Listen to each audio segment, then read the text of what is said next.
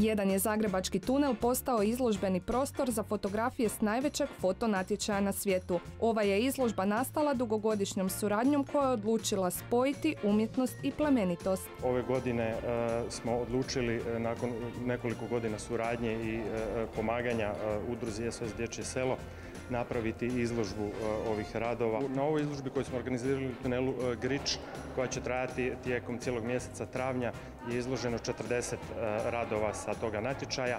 Sa jedne strane je 20 radova koji su bili top 20, a sa druge strane su radovi hrvatskih autora. Kako bi ova izložba dobila i humanitarni karakter, za izložene fotografije hrvatskih autora bit će moguće ponuditi cijenu. U dogovoru sa samim autorima koji su se odrekli svojih autorskih prava, tvrtka CEVE će donirati SOS Dječjem selu Hrvatska i mi ćemo na našoj Facebook stranici tijekom mjeseca svibnja upriličiti i aukciju od koje će ukupan prihod ići našoj djeci i mladima kako bi im ljeto bilo što veselije i zabavnije. Da u ovoj suradnji inovativnosti ne nedostaje dokazuje i činjenica da samom prijavom na ovogodišnji fotonatječaj pomažete ovoj velikodušnoj akciji. Tako smo vrlo ponosni da smo prošle godine krenuli sa novim fotonatječajem koji završava za nešto manje od mjesec dana. Ne mora biti profesionalna fotografija, a za svaku tu prijavljenu fotografiju na naš natječaj mi ćemo SOS udruzi donirati 10 eurocenta, pa evo prilika za sve nas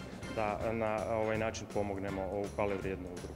Tako da bez obzira na to jeste li profesionalac ili amater, primite se fotografiranja i pokažite još jednom da Hrvatska uistinu ima veliko srce.